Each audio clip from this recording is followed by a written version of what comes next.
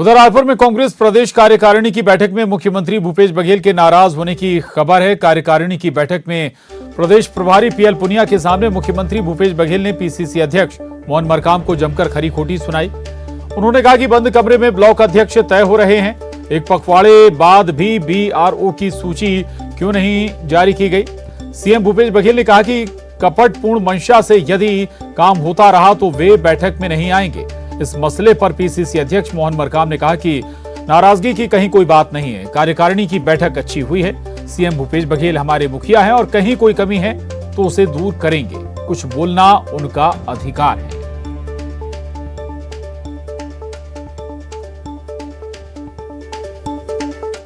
कांग्रेस प्रदेश कार्यकारिणी की बैठक कल हुई और इसमें मुख्यमंत्री भूपेश बघेल, पीसीसी अध्यक्ष मोहन मरकाम, कांग्रेस के प्रदेश प्रभारी पीएल पुनिया शामिल हुए थे। इस बैठक में जो बड़ी बात सामने निकल कर आई वो ये है कि मुख्यमंत्री भूपेश बघेल वो काफी नाराज हुए और ये भी इस बात से ये कहा जा रहा है कि सत्ता और संगठन के बीच में कुछ ठीक नहीं चल रहा है। पीसीसी अध्यक्ष मोहन मरकाम हमारे साथ मौजूद हैं। नाराज काफी थे सर, आपके और उनके बीच में नहीं, ऐसे कुछ नहीं है। आप लोग मीडिया वाले उसको हवा दे रहे हैं और कल जो निर्णय लिए गए, जो हम लोग आगे 7 दिनों में संगठन में कैसे काम करना है, जो पदयात्राएं होनी है, जो 75 किलोमीटर हर विधानसभा में, उसके बारे में चर्चा हुई। भारत जोड़ो जो पदयात्रा है, जो कश्मीर से कन्याकुमारी तक, उस बीच में छत्तीसगढ़ से गुजरने की बात की गई, तो विस्तार से चर्चा की, मगर मीडिया उसको बहुत ज़्यादा हवा दे रहा है। रही बात, हमारे अभिभावक हैं माननीय मुख्यमंत्री जी, हमारे मुख्यमंत्री जी, अगर कोई बात, अगर संगठन में कोई कमी दिखती है उसके बारे में अगर कहे तो उसमें नाराजगी वाली कहाँ बात होती। उसको अगर कोई कमियां हैं तो उन कमियों को संगठन दुरुस्त कर लेगा, इसमें नाराजगी वाली कहीं बात ही नहीं आ जाती है। समन्वय समिति की बैठक को लेकर पहले भी उनकी नाराजगी सामने आई थी और ये भी कहा था कि पहले तो ये कहा था कि जानकारी नहीं मिलती, अब जो है वो बैठक देरी से हो रही, इसको लेकर कहा। उन्होंने ये तक कहा कि मैं नहीं आऊंगा अगर इस तरह से मुझसे छुपाकर कोई चीज की जाती है। नहीं, देखिए, समन्वय समिति की बैठक बुलाने का अधिकार माननीय मुख्यमंत्री जी को है। वो समन्वय समिति वही आहूत करते हैं और उनके अध्यक्षता में ही मतलब होती है, तो अब जब चाहे वो अध्यक्ष बुला सकते हैं। सर, बीआरओ की सूची को लेकर ये कहा गया बैठक में कि बंद कमरे के अंदर वो सूची तय हो रही है और इस पर उन्होंने नाराजगी जताई। उन्होंने कहा कि इस तरह की चीजें अगर की जाती है तो वो ठीक मंशा को जाहिर नहीं करता। शब्द तो कुछ और नहीं। देखिए, बीआरओ की सूची जारी करने का अधिकार पीआरओ और हाईकमान को है, चुनाव प्राधिकरण को है। हम और कौन होते हैं वो चुनाव को बीआरओ सूची जारी करने का? बीआरओ जो सूची आएगा वही हम लोग जारी करेंगे। रही बात जो सूची आई है उसमें अधिकतर जिलों में उसी जिले के व्यक्तियों को लिया गया है, इसलिए उन्होंने ही कहा है कि उस सूची को में आएंगे वो पीआरओ कोरोना के कारण प्रभावित थे, जिसका वो बंद कमरे में हो रही है। अभी कहाँ से नियुक्तियां होगी? जब वो तो चुनाव प्रक्रिया शुरू हो गई तो बंद कमरे में नियुक्ति का सवाल ही नहीं उठता। वो तो बीआरओ जाएंगे, जिलों में जाएंगे, डीआरओ और बीआरओ वहां से नाम तय करेंगे, तो किसी कमरे में कैसे बंद कमरे में हो जाएगी?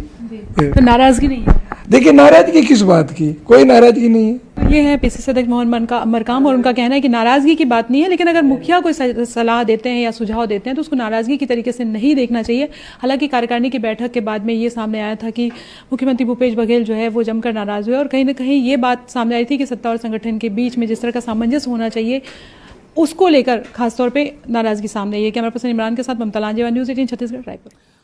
और इसके साथ ही बड़ी खबर धमतरी से है, जहां बारिश से नगरी इलाके में उफान पर नदी नाले भारी बारिश के बाद बुडरा गांव टापू में तब्दील हो गया। इस दौरान लोग अपनी जान जोखिम में डालते हुए भी नजर आए। ये तस्वीरें देख रहे हैं आप, पैदल ही लोग इस उफनते नदी को पार करते हुए नजर आ रहे हैं। कभी भी कोई बड़ा हादसा ऐसे में हो सकता था। देखिए आप, भारी संख्या में लोग इस नदी को पार कर रहे हैं, जबकि नदी उफान पर है। वाहन भी, ट्रैक्टर भी ऐसे में लोग गुजार रहे हैं जो हादसे का सबब बन सकते हैं। और खबर अंबिकापुर से। अंबिकापुर शहर में भालू घुसने से लोगों में दहशत का माहौल बना हुआ है। टीपी नगर इलाके में भालू से लोगों में दहशत है। लोगों के दौड़ने का वीडियो सीसीटीवी में कैद हुआ है। भालू की वन विभाग लगातार मॉनिटरिंग भी कर रहा है। तो तस्वीरें देखिए आप, ये तस्वीरें सामने आई हैं अंबिकापुर के टीपी नगर से।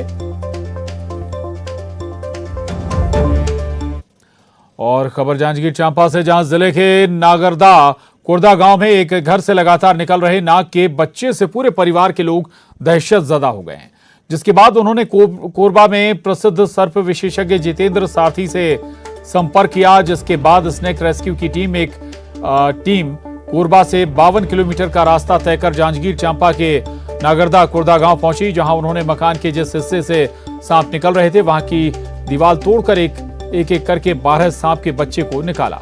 रेस्क्यू देखने के लिए गांव वालों की भीड़ उमड़ पड़ी। करीब 8 घंटे तक चले इस ऑपरेशन के बाद घर वालों के साथ गांव वालों ने राहत की सांस ली।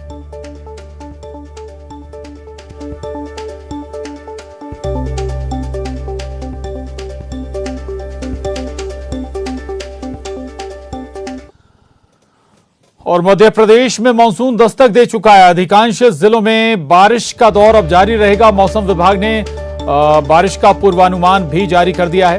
इसमें रीवा, शहडोल संभाग के साथ ही साथ कटनी, छिंदवाड़ा, सिवनी, सागर, छतरपुर में भी बारिश हो सकती है। साथ ही भोपाल, नर्मदापुरम, चंबल, रीवा, शहडोल संभाग के साथ डिंडोरी, जबलपुर, बालाघाट, नरसिंहपुर, देवास, खंडवा, शाजापुर और गुना जिले में गरज चमक के साथ बिजली गिरने की संभावना जताई गई है। वहीं आने वाले 2 से 3 दिनों तक किसी तरह मौसम का मिजाज बना रहेगा।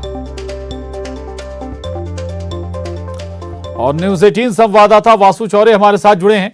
वासु, क्या और अनुमान है, कितने दिन ये बारिश का दौर जारी रह सकता है?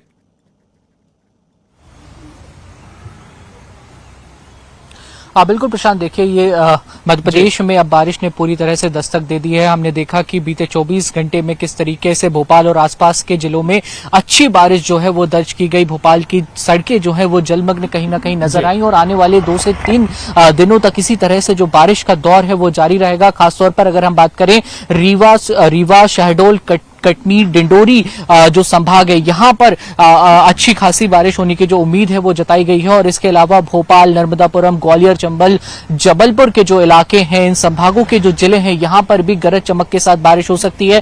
कुछ स्थानों पर बिजली गिरने की भी संभावना मौसम विभाग ने व्यक्त की है और लोगों के लिए एडवाइजरी जारी की है कि जब मौसम खराब हो यानी कि गरज चमक के साथ बारिश गिर रही हो तो कोशिश यही करें कि अपने घरों के अंदर रहें ताकि किसी भी तरीके की कोई अनहोनी ना हो। जो 2 सिस्टम इस समय बने हुए हैं जिनके चलते मध्य प्रदेश में लगातार बारिश हो रही है, एक उत्तर प्रदेश और एक राजस्थान की ओर से ये जो सिस्टम है वो पूरा डेवलप हो रहा है और 2 से 3 दिनों तक इसी तरह से जो बारिश का अनुमान है वो कहीं ना कहीं लगाया गया है। और मौसम विभाग के वैज्ञानिकों के अनुसार इस पूरे मानसून सीजन की अगर बात करें तो औसत बारिश होने का अनुमान है, औसत से ज्यादा बारिश भी हो सकती है। तो ये कहीं ना कहीं आम लोगों के लिए, किसानों के लिए एक राहत भरी खबर जरूर है, क्योंकि जिस तरीके से प्रशांत हमने देखा कि गर्मी का प्रकोप रहा, लोग गर्मी से बेहाल होते हुए नजर आए, तो अब राहत भरे दिन आ गए हैं। और आप जानते हैं कि जब अच्छी बारिश होती है तो उसका सीधा असर ग्राउंड वाटर लेवल पर पड़ता है और वो ग्राउंड वाटर जो लेवल है वो एनहेंस होता है, जिसके चलते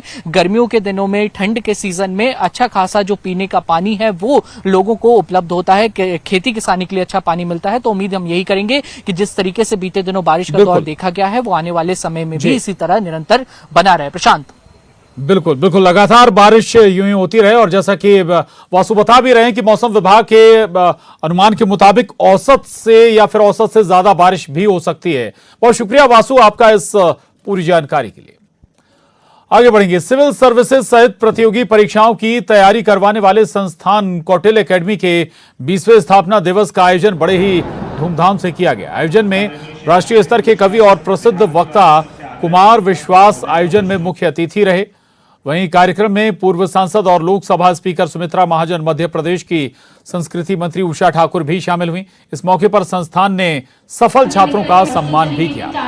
कौटिल्य एकेडमी के डायरेक्टर सिद्धार्थ जोशी ने बताया कि 2003 में कौटिल्य एकेडमी का ये कारवां शुरू हुआ था। उसके बाद लगातार कौटिल्य एकेडमी सफलता के नए आयामों को हासिल करता गया। संस्थान के लिए सबसे महत्वपूर्ण वे सभी स्टूडेंट हैं जिन्होंने सिविल सर्विसेज में ऊंचाइयां हासिल करते हुए कौटिल्य एकेडमी के मान को भी बढ़ाया है।